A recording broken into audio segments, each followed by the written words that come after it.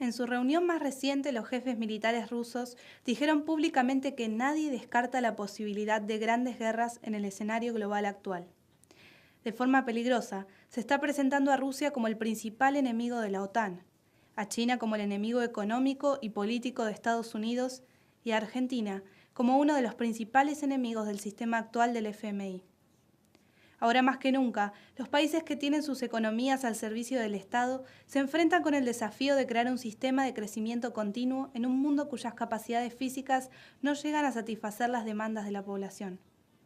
La solución a este problema, que se le presenta a naciones como Rusia, China, India, Argentina, Islandia, Brasil y Venezuela, entre otras, puede encontrar sus respuestas en el entendimiento y la aplicación de la ciencia de la economía física.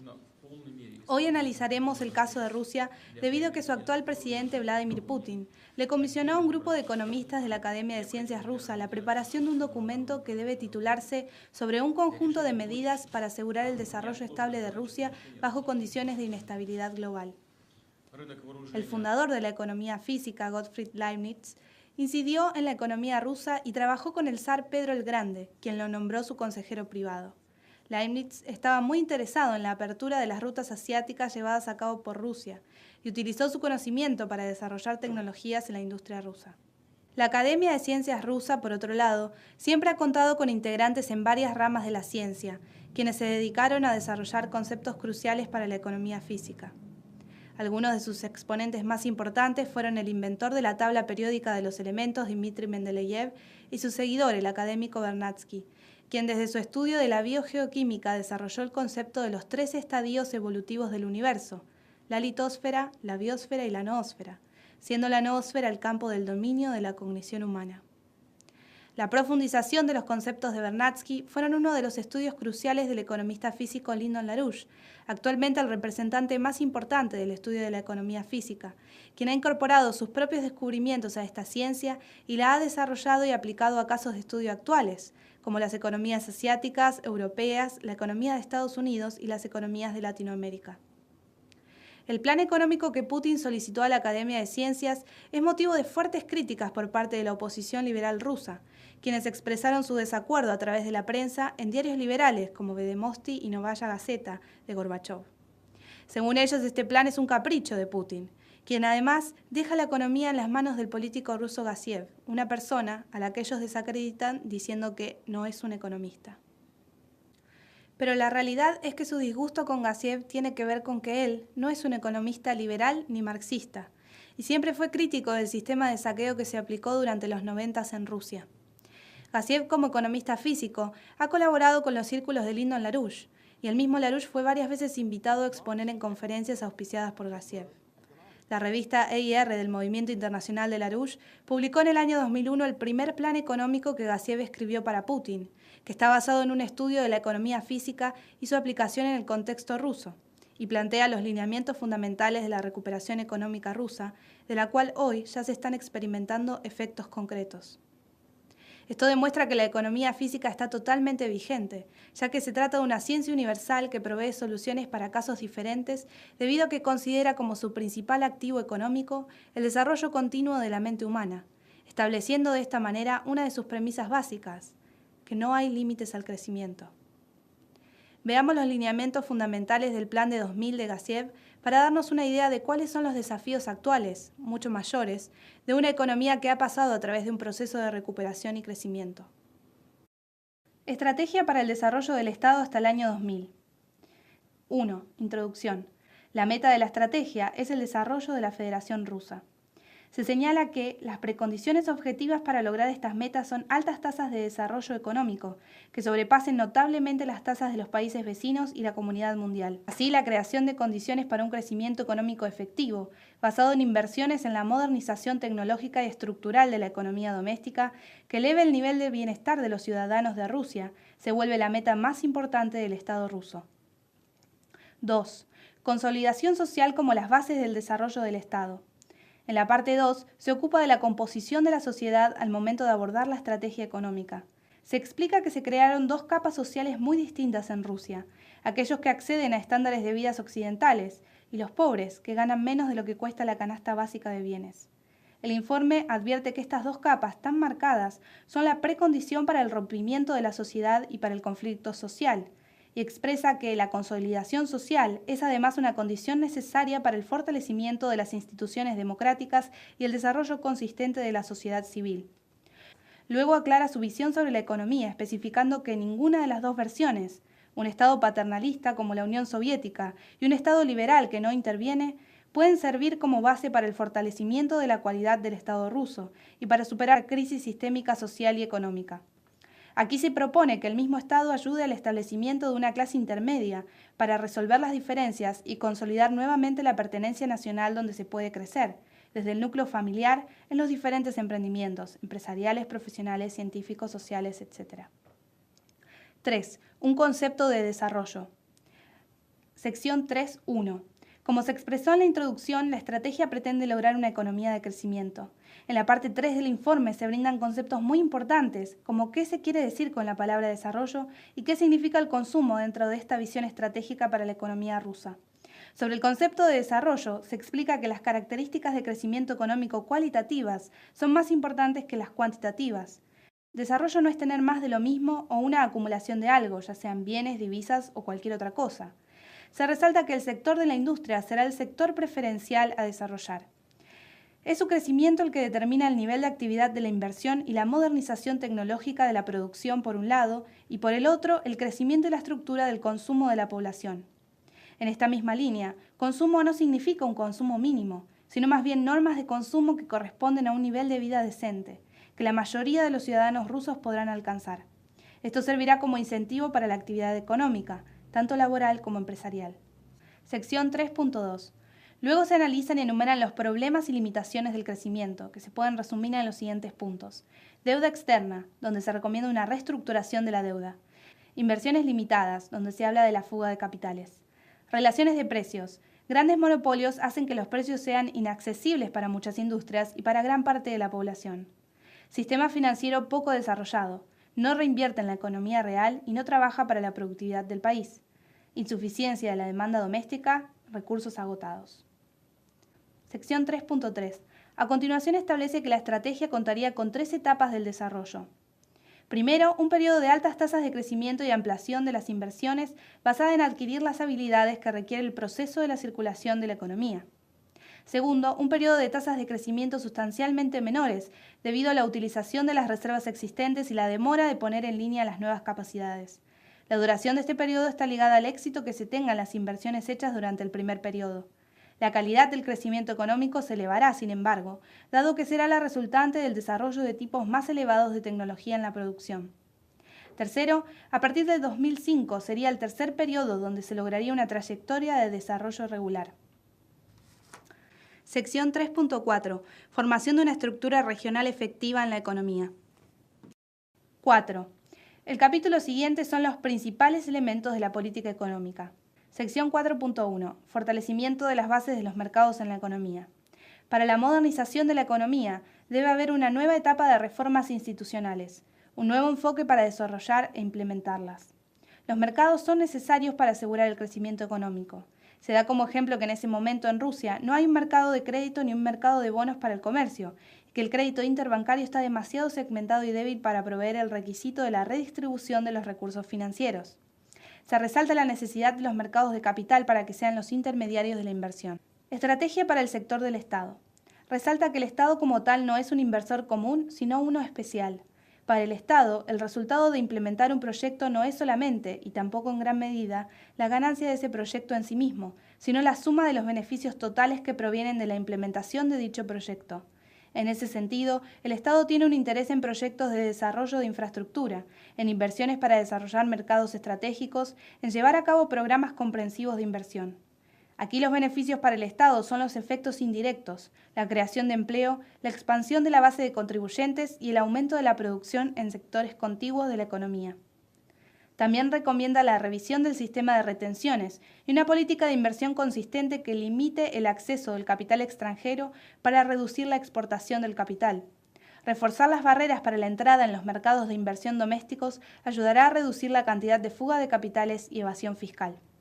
Sección 4.2. La promoción de la demanda de productos terminados, donde además se propone la regulación estatal de salarios, es decir, que el Estado establezca un salario mínimo. Esto se ve como parte de la creación de condiciones para el crecimiento de la inversión. Además, se aborda el tema de cómo obtener crédito para las inversiones en la nueva economía productiva. Para esto es indispensable el uso de los recursos financieros ya existentes, que provenían de las grandes ganancias de las exportaciones de materias primas, que resultaban en un balance positivo de la balanza comercial. Para obtener un gran crecimiento es muy importante inducir a las compañías a implementar proyectos de inversión. El objetivo es extender el crédito al sector de la economía real.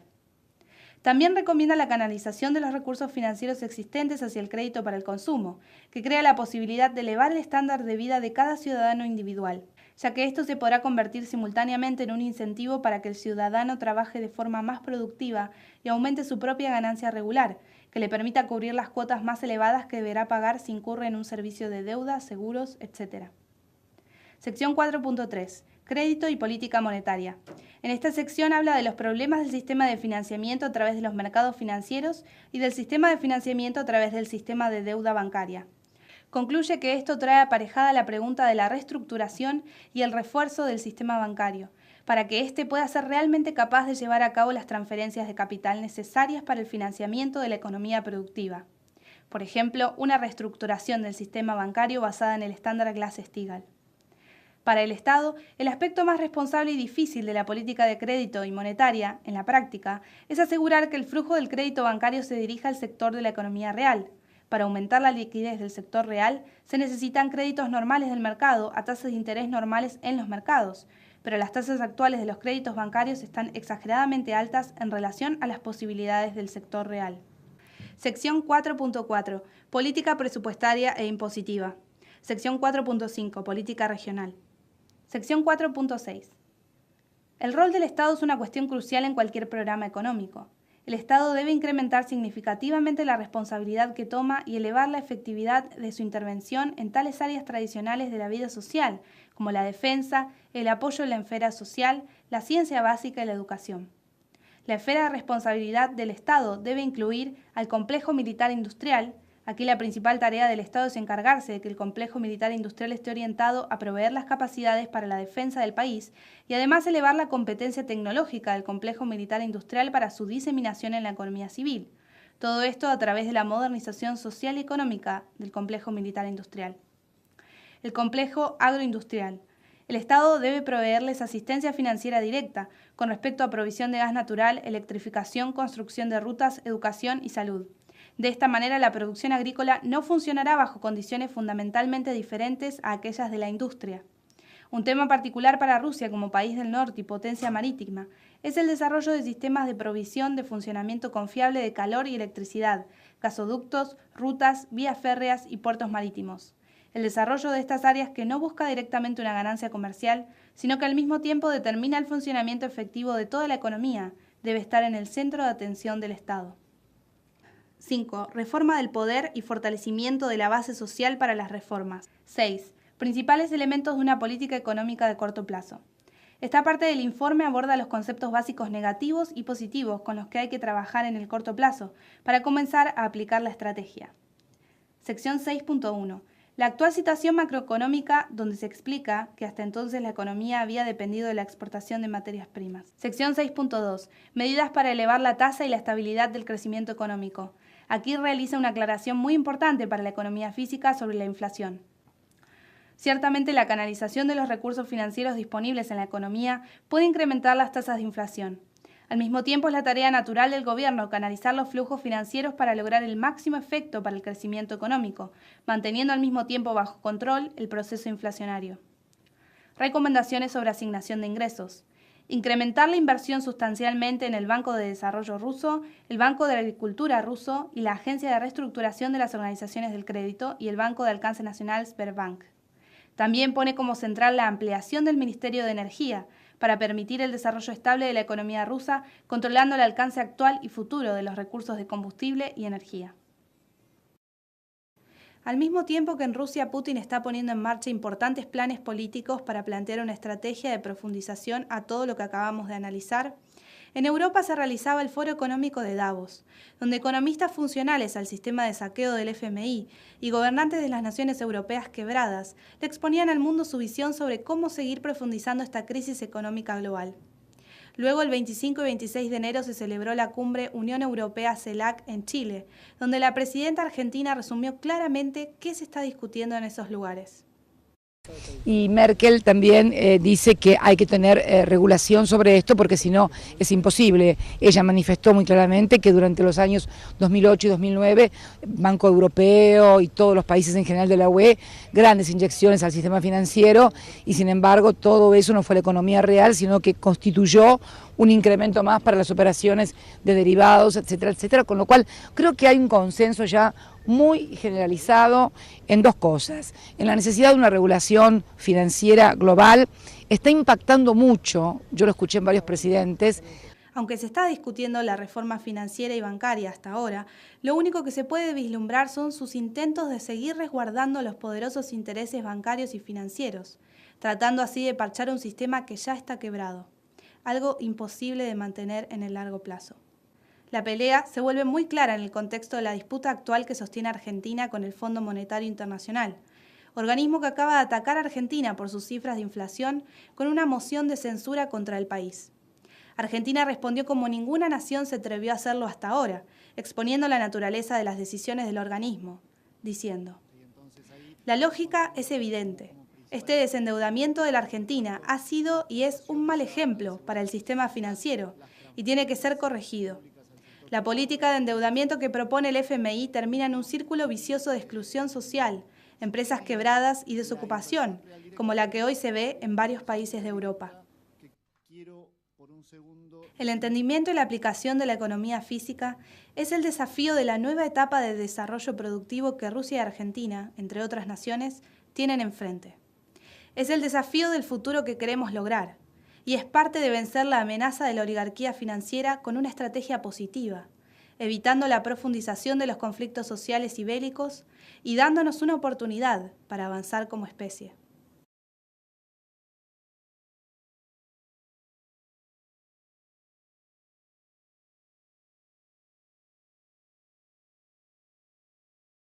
Y trabajó con el zar Pedro el Grande, quien lo nombró su consejero privado. Leibniz estaba muy interesado en la apertura de las rutas asiáticas llevadas a cabo por Rusia y utilizó su conocimiento para desarrollar tecnologías en la industria rusa. La Academia de Ciencias rusa, por otro lado, siempre ha contado con integrantes en varias ramas de la ciencia, quienes se dedicaron a desarrollar conceptos cruciales para la economía física. Algunos de sus exponentes más importantes fueron el inventor de la tabla periódica de los elementos, Dmitri Mendeleev, y su seguidor, el académico Vernadsky, quien desde su estudio de la biogeoquímica desarrolló el concepto de los 3 estadios evolutivos del universo: la litosfera, la biosfera y la noósfera, siendo la noósfera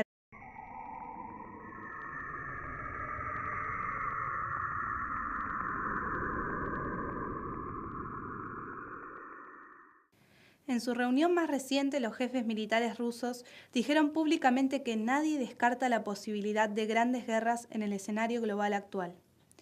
De forma peligrosa, se está presentando a Rusia como el principal enemigo de la OTAN, a China como el enemigo económico y político de Estados Unidos y a Argentina como uno de los principales enemigos del sistema actual del FMI. Ahora más que nunca, los países que tienen sus economías al servicio del Estado se enfrentan con el desafío de crear un sistema de crecimiento continuo en el campo del dominio de la cognición humana. La profundización de los conceptos de Vernadsky fueron uno de los estudios cruciales del economista físico Lyndon LaRouche, actualmente el representante más importante del estudio de la economía física, quien ha incorporado sus propios descubrimientos a esta ciencia y la ha desarrollado y aplicado a casos de estudio actuales, como las economías asiáticas, europeas, la economía de Estados Unidos y las economías de Latinoamérica. El plan económico que Putin solicitó a la Academia de Ciencias es motivo de fuertes críticas por parte de la oposición liberal rusa, quienes expresaron su desacuerdo a través de la prensa en diarios liberales como Vedemosti y Novaya Gazeta de Gorbachov. Según ellos, este plan es un capricho en un mundo cuyas capacidades físicas no llegan a satisfacer las demandas de la población. La solución a este problema que se le presenta a naciones como Rusia, China, India, Argentina, Islandia, Brasil y Venezuela, entre otras, puede encontrar sus respuestas en el entendimiento y la aplicación de la ciencia de la economía física. Hoy analizaremos el caso de Rusia debido a que su actual presidente, Vladimir Putin, le comisionó a un grupo de economistas de la Academia de Ciencias Rusa la preparación de un documento que debe titularse sobre un conjunto de medidas para asegurar el desarrollo estable de Rusia bajo condiciones de inestabilidad global. El fundador de la economía física, Gottfried Leibniz, incidió en la economía rusa y de Putin, quien además deja la economía en las manos del político ruso Gassiev, una persona a la que ellos desacreditan diciendo que no es un economista. Pero la realidad es que su disgusto con Gassiev tiene que ver con que él no es un economista liberal ni marxista, y siempre fue crítico del sistema de saqueo que se aplicó durante los 90 en Rusia. Gassiev, como economista físico, ha colaborado con los círculos de Lyndon LaRouche, y el mismo LaRouche fue varias veces invitado a exponer en conferencias auspiciadas por Gassiev. La revista EIR del Movimiento Internacional de LaRouche publicó en el año 2001 el primer plan económico que Gassiev escribió para Putin, que está basado en un estudio de la economía física y su aplicación en el contexto